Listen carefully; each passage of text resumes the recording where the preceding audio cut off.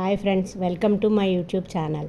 ఈరోజు మీకు 3 రకాలైన వడియాలను చూపిద్దాం అనుకుంటున్నాను. సమ్మర్ కదండి. ముందుగా మినపండి వడియాలు, తర్వాత పొట్టు వడియాలు, సగ్గుబియ్యం వడియాలను చూపిద్దాం. ముందుగా పొట్టు మినపప్పు నానబెట్టుకుని 6-7 గంటలు నాననిచ్చినాక పొట్టు అంతా తీసుకొని ఇలా గట్టిగా రుబ్బుకోవాలి.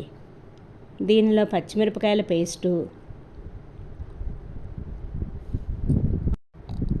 తగినంత ఉప్పు, నువ్వుపప్పు, జీలకర్ర వేసుకొని ఈ విధంగా కలుపుకొని ఒక ప్లాస్టిక్ కవర్ మీద చిన్న చిన్న వడియాల కింద పెట్టుకోవాలి. ఇలా కవర్ అంతా నింపుకొని పెట్టుకోవాలి. తర్వాత ఎండిన తర్వాత ఇలా వస్తాయి. పొట్టు వడియాలకు కూడా ఇలా మినపప్పు నానబోసుకొని పొట్టు తీసుకొని పక్కన ఉంచుకొని మళ్ళీ కొద్దిగా మినపప్పుని రుబ్బుకొని గట్టిగా రుబ్బుకొని దానిలో కలుపుకోవాలి.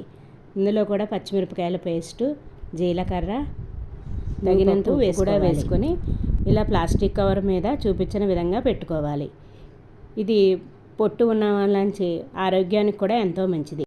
సగ్గుబియ్యం వడియాలకి ఒక గిన్నె పెట్టుకొని అందులో 1కి 6 గ్లాసులు నీళ్లు పోసుకొని మరిగించుకోవాలి.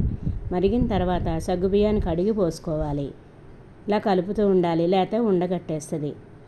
దీనిలో కూడా పచ్చిమిరపకాయలను పేస్ట్ చేసుకొని వేసుకోవాలి. ఈ పేస్ట్ని చల్లారిన తర్వాత అందులో వేసుకొని ఉడికిన దానిలో వేసుకొని జీలకర్ర, నువ్వులు, పచ్చిమిరపకాయల పేస్టు,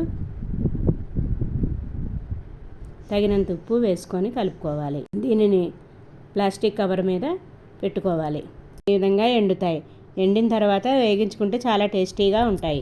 మీరు కూడా ట్రై చేసి ఎలా ఉందో కామెంట్స్లో చెప్పండి. మీకు నచ్చినట్లయితే లైక్, షేర్ అండ్ సబ్స్క్రైబ్.